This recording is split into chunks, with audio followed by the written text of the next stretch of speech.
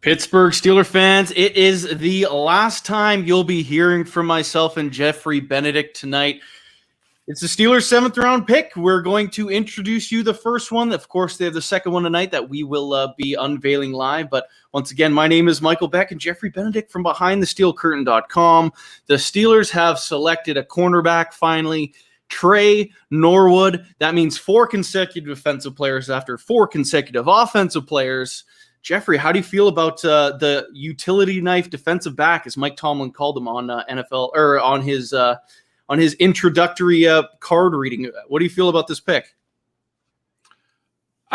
He's all right. I mean, it's a 7th round pick. What you're getting here is more Steelers are looking at a bunch of different players who are on the same level and saying, which one do we want to take a shot at? To me, he looks like a developmental version of Cam Sutton. Cam Sutton was a 3rd round pick. This guy looks to me like someone who could become that. He plays inside. He plays safety. He's got ball skills. A lot of questions other places. If we remember when Cam Sutton first came out, he could cover people and he had ball skills, and that was pretty much it. And he could be played pretty much anywhere. And he's turned into one really good cornerback. So this is kind of that guy. Like he's a developmental version of that. He could become that kind of number 4 cornerback that can just kind of line up anywhere.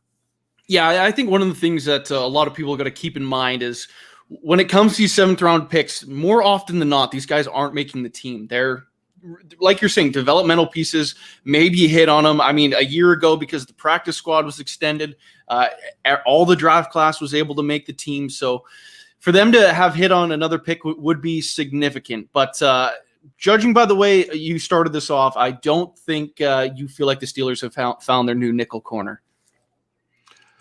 Well, I want to say this. I find this a little more interesting. He was a starter as a freshman. He was a starter as a sophomore, lost his junior year to injury, and was a starter as a senior, right? One of the things I've been saying is I expect the Steelers to take more guys that aren't the pure potential, or they have that one trait, like when they took the free safety who had like all the interceptions in the world, but he couldn't play football. Like that's all he could do is catch a ball. Instead of that, they're going with a guy here who has a lot of experience. He has played a lot of football, and I think he may actually work. You may see this guy hang around and find a role in what the Steelers do, because he kind of does something that they already know, something that they already have worked into their defense. All they have to do is teach him to do it better, teach him to do it at an NFL level. And he can be a kind of a zone man hybrid, for when you do your pattern match zone guy. He can be that. He can be the guy who drops deep and plays that deep ball. If you're only giving him, your job is take whoever goes deep. That's a much easier job. That's a much easier job. And that's a job I think this guy could be someone who does. Maybe not this year. He could be on the practice squad. But you look at our depth chart, there's room for him to make this team, make this roster on the 53, simply because we've got 4 cornerbacks. Yeah, you're absolutely right. As we sit here, a couple Penn State offensive linemen go off the board back to back. Michael Manet and Will Fries. As we inch closer to the Steelers' last pick of the draft, they are basically in untradeable territory. So I'm fairly certain they'll be making that pick. But as we sit here, how do you feel about that secondary depth chart, especially at cornerback? Where does this guy slot in right away? I like this depth chart better than most people. The Steelers kept Justin Lane through his legal troubles. They have kept him. So I think he's sticking. There's a good chance that Justin Lane is still on this roster. I think James Pierre is your number 3 corner. I think Justin Lane is probably your number 4. And this kid has a good chance to be number 5. And he could, obviously he's going to have to play special teams. He's going to have to do some other things, but he can be that guy. In the end of free agency, as we crept towards the draft, we saw Carl Joseph visit the Steelers before he signed in Oakland. For the amount that he signed for, I think it's kind of safe to say he didn't like the role the Steelers could offer him. But do you think that this is a pick that might be a guy that's more slated to be a safety, or do you think this is a corner all the way? Well, at the point he's being picked and where he would probably fit in on the depth chart, right? As a dime back, similar to Cam Sutton, it's a gray area. Are you a safety? Are you a corner? The way they're going to use him, it's kind of a mixture. You know, it's more in that pattern match zone where if you're the deep guy, you're kind of playing safety, even if you're a cornerback. So I think he's kind of a mixture, and that's exactly what they need here. They need kind of that slot safety mixture that gives them a guy that can play in this pattern match defense on those dime plays and on the nickel plays if he improves and in the future takes over that role. 4 consecutive defensive players taken here now. Like I mentioned earlier, are you happier with the depth across the defensive board right now, or do the Steelers still need a little bit more work to do?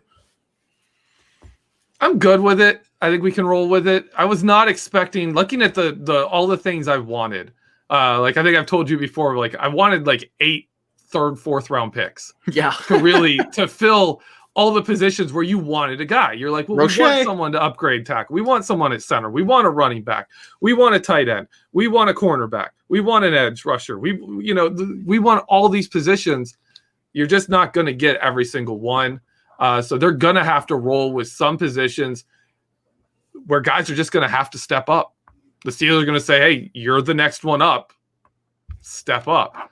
And they've done that before. We've seen, goodness sakes, Ross Cockrell and Antoine Blake play cornerback on this team. We've seen John Bostic and Vince Williams be linebackers. We saw Vince Williams start as a linebacker in his rookie season. You know, we've seen this stuff happen. The Steelers are going to ask some people to play roles that they're probably not entirely ready for. And this is the kind of, like, cornerback is kind of that position. One guy goes down and your depth chart is looking like someone's stepping up above where they should be. So Dave Schofield throws this into our Slack channel saying Tre Norwood is a slot corner all the way. Are you comfortable with the 7th round pick starting on day 1 for this team in that role? No, and I don't think he will. I think we're looking at him. He could in the dime again. Like that's where he's gonna get his time, is gonna be inside and dime, and that's okay if that's like your skill and that's where you play. Like Mike Hilton had a very specific skill set. He came in as an undrafted free agent and made noise from the get-go because the Steelers were like, "Yep, go do what you do, man. Go do your skill," and that's what this guy can offer. And really, that's what he looks like to me. The little bit of film I got to watch here and what I've read about him, he looks like the guy you want in pattern match zone who's just going to take the deep guy. And just every play, he's taking that deep guy. That's what he does. And I think that's how they'll use him. We are flying through these picks right now. I think the Steelers are 1 pick away from being on the clock. So I think we might, just based on the time frame of this, I think we might just merge this in one podcast if Mr. Brian Anthony Davis is listening, because we are flying through this. We're almost there at the next pick. And I don't really want to get to our final thoughts on this guy quite yet. But before the Steelers are on the clock again, 1 pick left. And basically this is the zone where you're just nabbing the best guy that you don't think you're going to get as an undrafted free agent. What spot do they go? That's really tough. This could be like a Cade Johnson if he continues to stay on there. I like him a lot. I mean, really at this point, it's just pick a name. You know, it could be some scout was pounding the table for some guy being like, no, this guy's underrated. And they'll just be like, all right, you know, that's your 7th round pick. You get that. So we'll see. We'll see. I would not be surprised if it's a wide receiver. Yeah, very nearly on the clock. The Rams pick is in Denver, and then it's the Steelers. The Steelers have taken a wide receiver every single year since 2011. Any chance that streak is about to end? Yeah, I think it is. I think there's a chance. I wouldn't be surprised if it doesn't. But it would be an interesting streak to see end, and it would be straight up because they brought back Juju Smith-Schuster. It would be 100%. They are set to go into the season. And honestly, I think you'll see fewer receiver snaps than you saw last year for the position because of the double tight ends. The running game, we should be in fewer 3rd and 10s. Like really, we better be in fewer 3rd down and 10 situations. We shouldn't have as many times where you've got 4 wide receivers on the field. So, cross your fingers, but I don't think wide receiver is a need here, which is why, hey, it's a 7th round pick. Who cares? Yeah. One thing is, though, gunner. We were short on gunners last year, and James Pierre took that job. Justin Lane took that job. One of those is stepping up in a different role this year. Are they going to want them to be gunner? If we can get a wide receiver, someone like that who could be a gunner, that would be a great pick here. That would be a big time pick for them. I'd also love what's the punter's name? There's a punter that I like. Oh, Presley Harvin III or Max Duffy? I love him. The fat one or the old one? Pick your poison. The bigger one. He looks like a rugby player, man. That's how Presley you get Harvin. A punter, man. Like, you watch him punt, and I'm like, that's how you punt. Like, we always get these really skinny guys, and they don't have the leverage. Like, you don't get the right action on your punt. Oh, Jeff Hartman. So I have an old soccer coach who always told me that. He's like, the problem is that, like, all these guys are too skinny. That's why they can't punt. Oh, BTSC co-editor Jeff Hartman sums it up perfectly just before the Steelers get their pick in here. He makes a post on Twitter of the old Ricky Bobby GIF, dear baby sweet Lord Jesus, praying with his hands crossed, make the last pick a punter. Oh, that is hilarious. That is completely on brand for Jeff Hartman. We will know momentarily here as your timer goes off, your nap timer, I'm assuming, starts to ring. Geoffrey, am I right on that one? That was I don't know what happened there.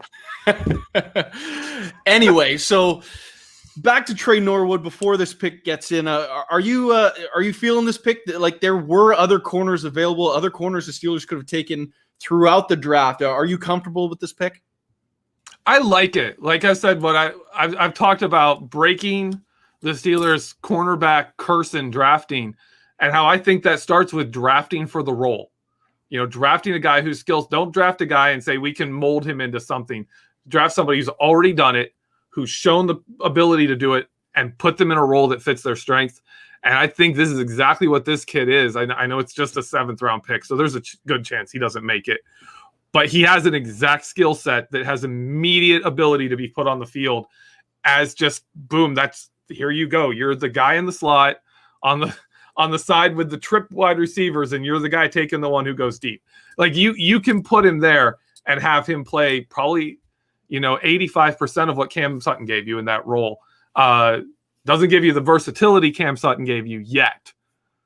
But it's as a developmental pick, it's not bad. If you can get him on the field, keep him in the NFL, then you've got time for him to develop. And I see we are on the clock here. Yeah, we are officially on the clock. As we wait for that, I do want to mention Tre Norwood's relative athletic score, 2.7 out of 10.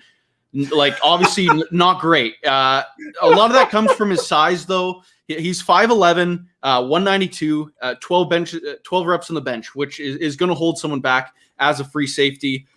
Beyond that, his vertical 33.5 inches is fine. His 40 was 4.58, which is a good score in this. His 3-cone and his shuttle were listed as very poor, however. But 7.6 size 3-cone. Wow. Yeah. So it is interesting. Here we go. We got the pick. Steelers select Presley Harvin III. The punter is going to Pittsburgh. Jeff Hartman is celebrating. So are we. Oh, my goodness. How you feel about them apples? The Steelers have a brand new punter, ladies and gentlemen. Wow, it's a big day in Pittsburgh. I'm not loving that for Jordan Berry, but that was the rumor all along that they would get this guy. Punters are people too, ladies and gentlemen. As Geoffrey Benedict tells Jeff Hartman to jump on this live stream to come celebrate this pick. We'll see if he does that. Laughing your head off here. Oh, this is amazing. Like, I'm joking around, but I like this punter. He has a great quick kick. He gets the ball out and he can boom it. I love this punter. It's phenomenal. It's absolutely phenomenal. People are gonna love this kid once they see him kicking. It's great. It's 7th round. It's your second 7th round pick. There's not like there's much I'm riding on that one. Yeah, no, absolutely. Well, I try to load up some pictures of the guy to make a quick little graphic. But how do you feel How do you feel about this draft class as a whole? Because now we officially have we have all the names brought in. Well, I haven't watched any film yet. I've only started watching film on like my first couple of guys because I've been busy doing all this other stuff. But it's the old Hannibal from the A-Team. You love it when a plan comes together. This draft has kind of come together.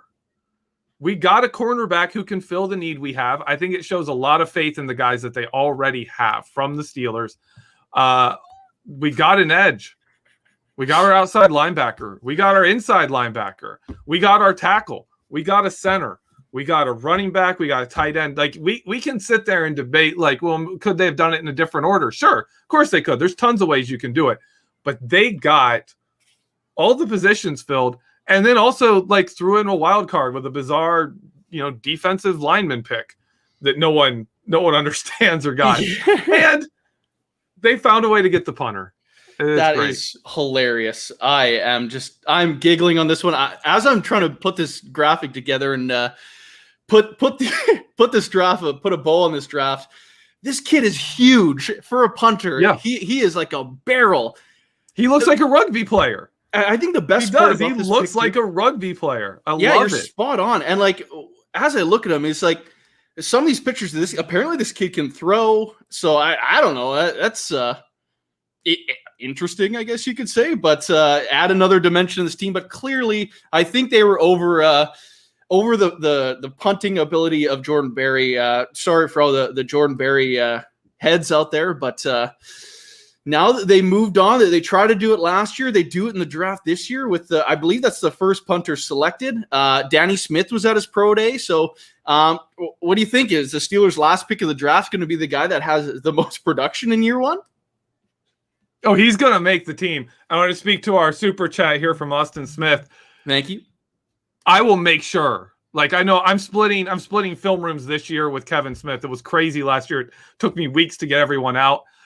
He's already on it. He's got a couple in the queue already going. I've got to catch up to him, but I will make sure that I get a breakdown of this punter, and you can expect video that includes me hand timing clips of him punting on YouTube, which is an incredibly inaccurate way to get hang time, but I will do that. It's going to happen. This is going to go down. You can expect this pick to be broken down a lot by yours truly.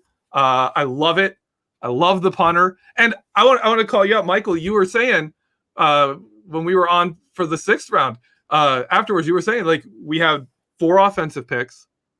We had 4 defensive picks. We had 3 defensive picks at the time, and you were saying we need a 4th defensive pick and then special teams. And everyone's like, yeah, that's where we get the punter. And that's what the Steelers did. 4 offensive players to start the draft, 4 defensive players, and then a punter to put the ribbon on it. Yeah, no, it really is funny. It's the perfect symmetry. They go 4 and 4 and 1. It's beautiful. I think the Steelers were probably most in love with this kid since the draft process began. Like Danny Smith was at his pro day. He's chewing gum in his ear. Oh, you just love to see it. But I don't know. I guess Danny Smith is here to chew gum and draft punters. Yeah, and he's all out of punters now, apparently. I guess he's all out of punters. Oh, beautiful. But I guess we can talk about it now. We won't be on the series closing podcast, I suppose, for this draft class. So if you want to put a bow on that pick, or not even the pick, the class in general, how would you rate this draft class on your initial reaction? My initial reaction, okay. I'm going to give it a B+. I'm actually pretty high on it. I don't think they like absolutely went out and crushed it. But I'm pretty high on this draft class. I think, of course, I obviously they need a body for cornerback, but I haven't been as low on cornerback as other people, even with the losses they've had. I didn't think edge was as big of a need. And they found exactly what they needed there, a guy who's productive and knows what he's doing. So even the late round picks were well distributed. Like we can sit there and say, yeah, they waited for center to 3rd round, but the guy they got fits the Steelers so well.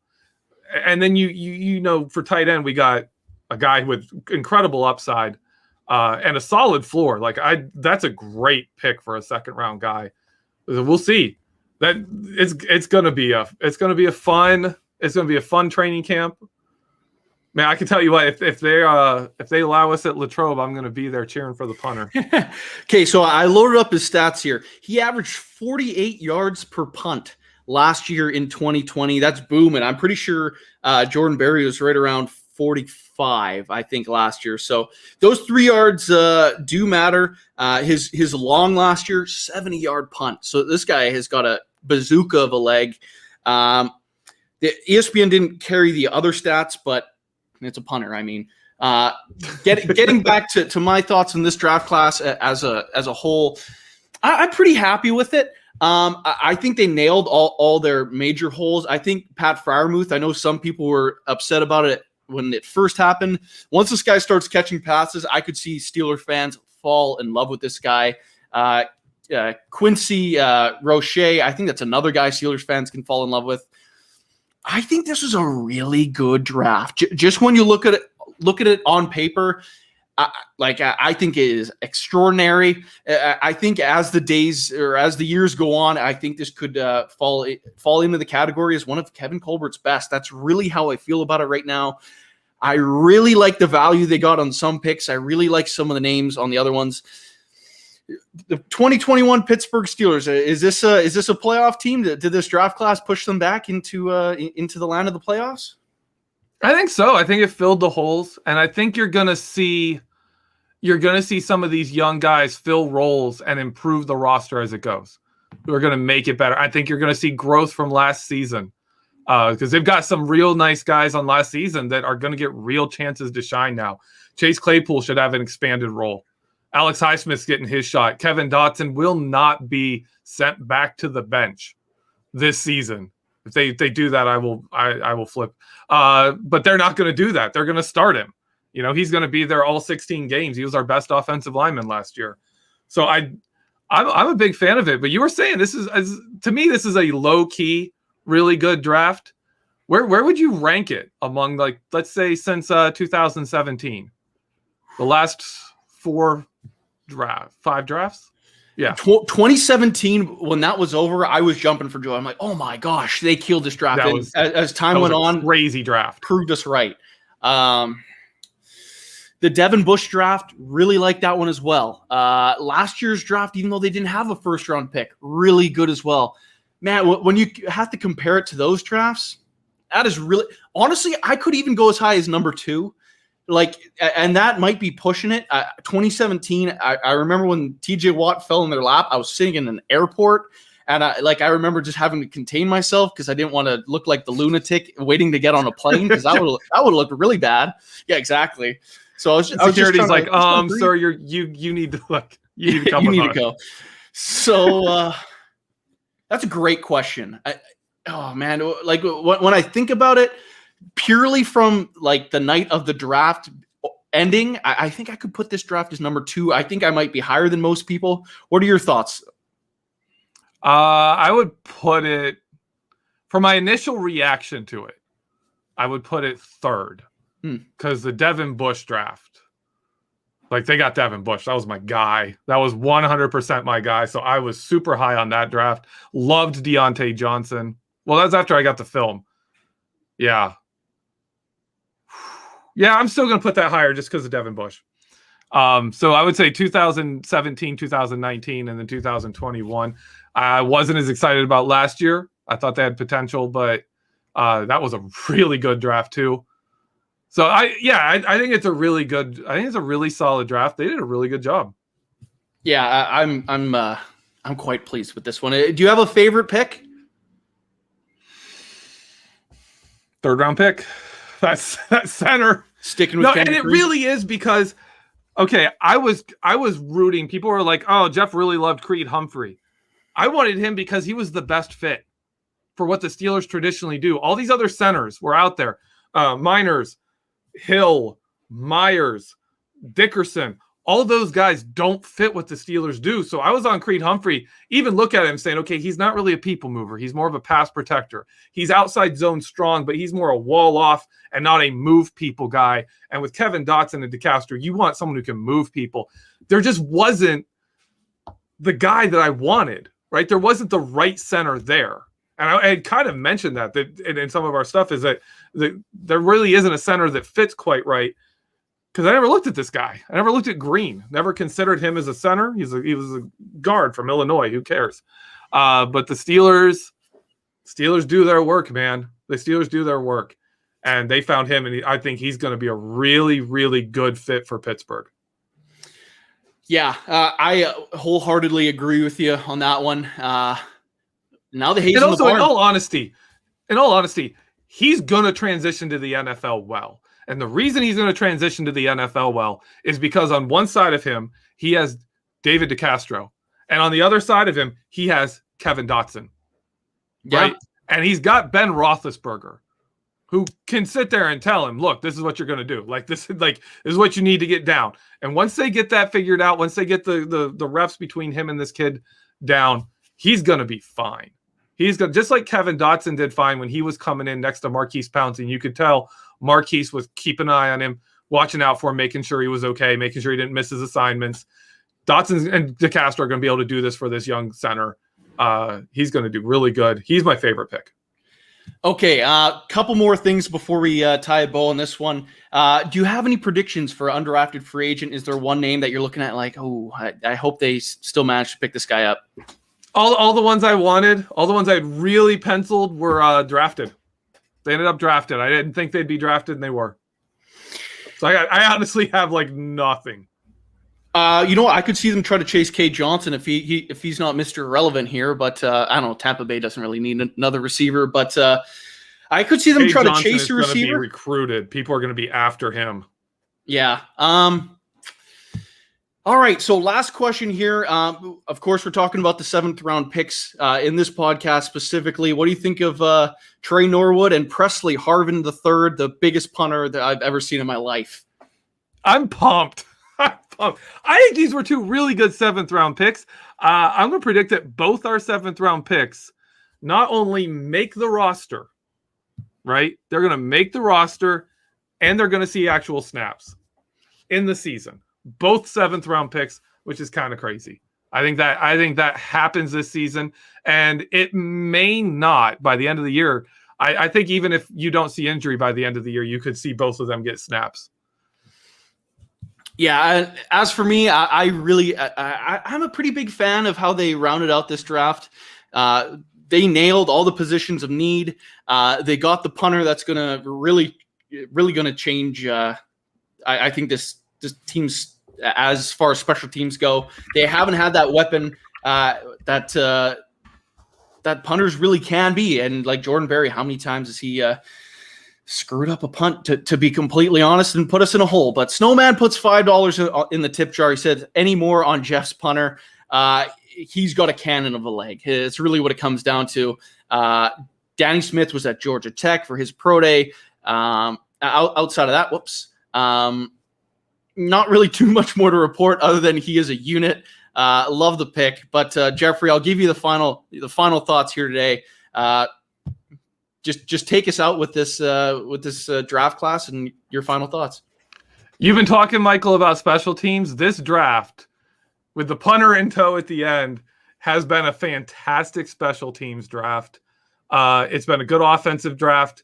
It's been a solid defensive draft, and it has been a fantastic special teams draft. All right. So I want to thank every single person for tuning into this. There's going to be one more podcast today breaking down the entire draft. That's going to be Jeff Hartman, Dave Schofield, and Brian Anthony Davis. I'm not sure if anyone else is joining them, but I know at least the three amigos will be on there. So look out for that. I'm probably in a couple hours time, or honestly, I'm not sure when that's going on. So keep an eye on our Twitter account. I'll make sure everyone knows when they fire that up. But click over to BehindTheSteelCurtain.com. I cannot stress this enough. We're going to have breaking news when it comes out to the undrafted free agents.